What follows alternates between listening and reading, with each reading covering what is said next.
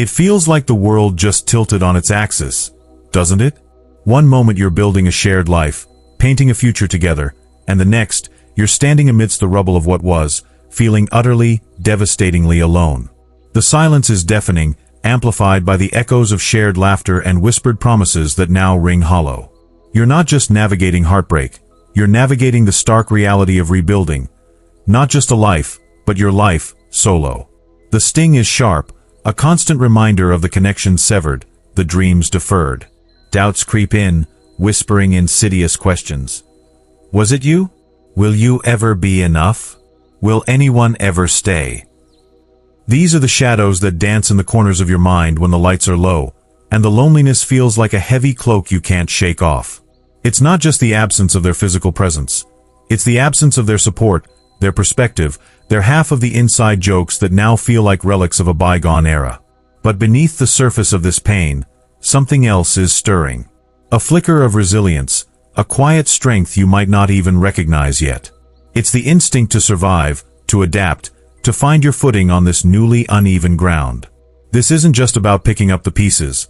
It's about forging something entirely new, something authentically you. It's about discovering the power that resides within you, the capacity to not only survive this storm but to emerge stronger, wiser, and more self-assured. This journey of rebuilding after a relationship ends is a deeply personal one. There's no one-size-fits-all roadmap, no magic formula to erase the pain. But there are guiding principles, tools you can use to navigate the emotional terrain, and ultimately, to create a life that is not just complete, but fulfilling. This is about more than just moving on. It's about moving forward, with intention and purpose. We're going to explore the landscape of loss, the challenges of solitude, and the incredible potential for growth that lies within this experience. We'll delve into the psychology of heartbreak, understand the patterns that might be holding you back, and equip you with practical strategies to reclaim your power and build a life that truly resonates with your soul. This isn't about pretending the pain doesn't exist. It's about acknowledging it, processing it, and using it as fuel to propel you toward a brighter, more authentic future. Consider this a lifeline, a hand extended in the darkness. You are not alone in this. Many have walked this path before you, and many have emerged on the other side, not just healed, but transformed. You have the strength within you to do the same. This is your journey of rediscovery, your opportunity to redefine yourself, and your chance to create a life that is even more beautiful and meaningful than you ever imagined. Delving deeper, let's explore the subtle, often unconscious, contracts we make within relationships. These aren't always formally articulated agreements, but rather unspoken expectations, shared assumptions about roles, responsibilities, and the very definition of us. When a relationship dissolves, these contracts shatter, leaving a void that feels far more profound than just the absence of a partner. It's the loss of a shared identity, a co-created narrative that defined a significant part of your world. Consider, for instance, the couple where one partner always managed the social calendar, organizing gatherings and maintaining connections with friends. After the breakup, the other partner might feel adrift, socially isolated not just because they're single, but because they've lost the infrastructure that supported their social life. Or think of the pair where one excelled at financial planning. The other partner, suddenly responsible for budgeting and investments, can experience a surge of anxiety and inadequacy, feeling ill-equipped to navigate unfamiliar territory. This isn't merely about practical skills. It's about the erosion of confidence, the unsettling realization that you relied on your partner to fulfill roles you now must shoulder alone. A pivotal aspect of understanding this transition is recognizing the concept of learned helplessness. In the context of a relationship, this can manifest as a gradual relinquishing of control in certain areas, a subconscious deferral to your partner's expertise or preferences. While this might seem efficient or harmonious within the relationship, it can leave you feeling disempowered and incapable when you're suddenly faced with making all the decisions yourself. Now, consider how this applies when you face redecorating a shared space, previously managed by your former partner. The anxiety isn't just about choosing paint colors. It's about confronting the dormant decision-making muscle you haven't exercised in years. Consequently, the initial instinct might be to replicate the old patterns, to seek out someone new to fill the vacated roles. But this is a crucial juncture, an opportunity to consciously rewrite those contracts, to redefine your own capabilities and preferences. Instead of searching for a replacement financial planner, Perhaps this is the time to enroll in a personal finance course and develop your own financial literacy.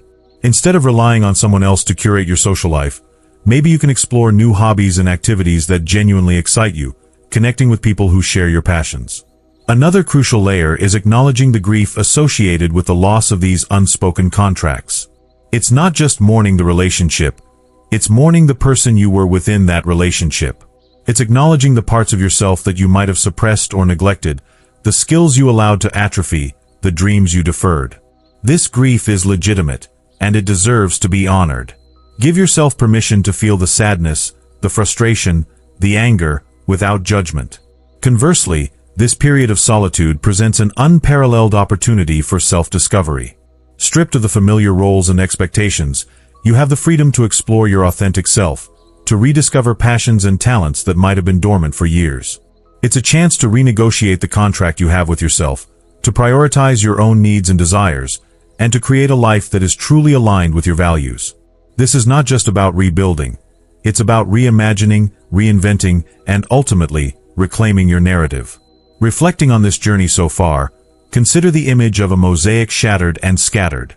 Each fragment, once seamlessly integrated into a larger picture, now lies isolated, reflecting light in unpredictable ways. The initial impulse might be to painstakingly reconstruct the original design, to glue each piece back into its predetermined place. But what if, instead, we embraced the opportunity to create something entirely new? What if we allowed the fragments to rearrange themselves, guided not by a rigid blueprint, but by the evolving contours of our own inner landscape? The dissolution of a significant relationship often feels like a forced excavation, unearthing long-buried aspects of ourselves. These unearthed elements, both strengths and vulnerabilities, have always been there, perhaps obscured by the shared narrative of us. Now, bathed in the light of self-awareness, they offer a chance to reshape our internal architecture, to build a foundation that is more resilient, more authentic, and more attuned to our individual needs. Think of a river, once flowing steadily along a well-worn course. A sudden landslide diverts its path, forcing it to carve new channels, to navigate unforeseen obstacles. The initial disruption might seem catastrophic, threatening to erode the familiar landscape. But over time, the river adapts, discovering new depths, new currents, new ways to nourish the surrounding terrain. Similarly, the experience of rebuilding after a breakup, while initially disorienting, can ultimately lead to a richer, more dynamic understanding of ourselves and our capacity for growth. Drawing these strands together, we see a common thread: the power of conscious choice. The ending of a relationship may feel like a loss of control, a forced ejection from a carefully constructed reality. But within that perceived powerlessness lies an opportunity to reclaim agency, to actively participate in the rewriting of our own story. It's about recognizing that the fragments of the past do not define the future, that the diverted river can carve a path towards new horizons. In light of these insights, the path forward becomes clearer. It's not about erasing the past or pretending the pain doesn't exist. It's about acknowledging the experience, learning from it, and using it as a catalyst for transformation. It's about embracing the unknown, trusting in our own resilience, and allowing ourselves to be guided by the whispers of our authentic selves. This is not just about surviving the storm. It's about harnessing its energy to propel us towards a brighter, more fulfilling future. As we pivot towards the final reflection, remember that the most beautiful mosaics are often those that embrace imperfection, that celebrate the unique textures and colors of each individual fragment. And the most compelling rivers are those that have navigated the most challenging terrain. Your journey is unique, your strength is undeniable, and your potential for growth is limitless. Now, as we approach the horizon of this conversation, let's consider the enduring nature of self. Throughout the turbulence of a significant ending, the core of who you are remains, perhaps weathered, perhaps transformed, but undeniably present. Think of a diamond, forged under immense pressure. The relationship, in its joys and its sorrows, has acted as that pressure, shaping you, refining you, revealing facets you may not have known existed. The brilliance of the diamond, however, was always inherent, waiting to be uncovered.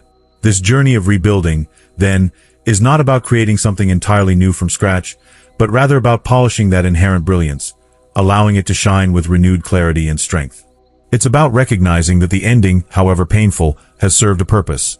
To strip away the layers that obscured your true self, to force you to confront your vulnerabilities, and ultimately, to empower you to embrace your authentic being. Consider the image of a gardener tending to a beloved rose bush. When a branch withers and dies, the gardener doesn't mourn the loss indefinitely. Instead, they prune the dead branch, knowing that this act of seemingly harsh removal will ultimately stimulate new growth, allowing the bush to flourish with even greater vitality. The ending of a relationship can be viewed in a similar light. A necessary pruning that allows for renewed growth, for the emergence of new possibilities, for the blossoming of a more vibrant and resilient self. And so, the true practice begins now. Not in meticulously reconstructing a past that no longer exists, but in cultivating the fertile ground of your present. In nurturing the seeds of self-compassion, resilience, and authenticity. In allowing yourself the space to grieve, to heal, and to rediscover the joy and wonder that life has to offer. This is not a passive process. It requires active participation, a conscious commitment to self-care, and a willingness to embrace the unknown with courage and grace. Remember the mosaic. The pieces are scattered, yes, but they are still yours. And you, the artist, have the power to rearrange them, to create a masterpiece that reflects your unique vision, your evolving values, and your unwavering spirit. The ending was a chapter, not the entire story. The pen is now in your hand. Write on.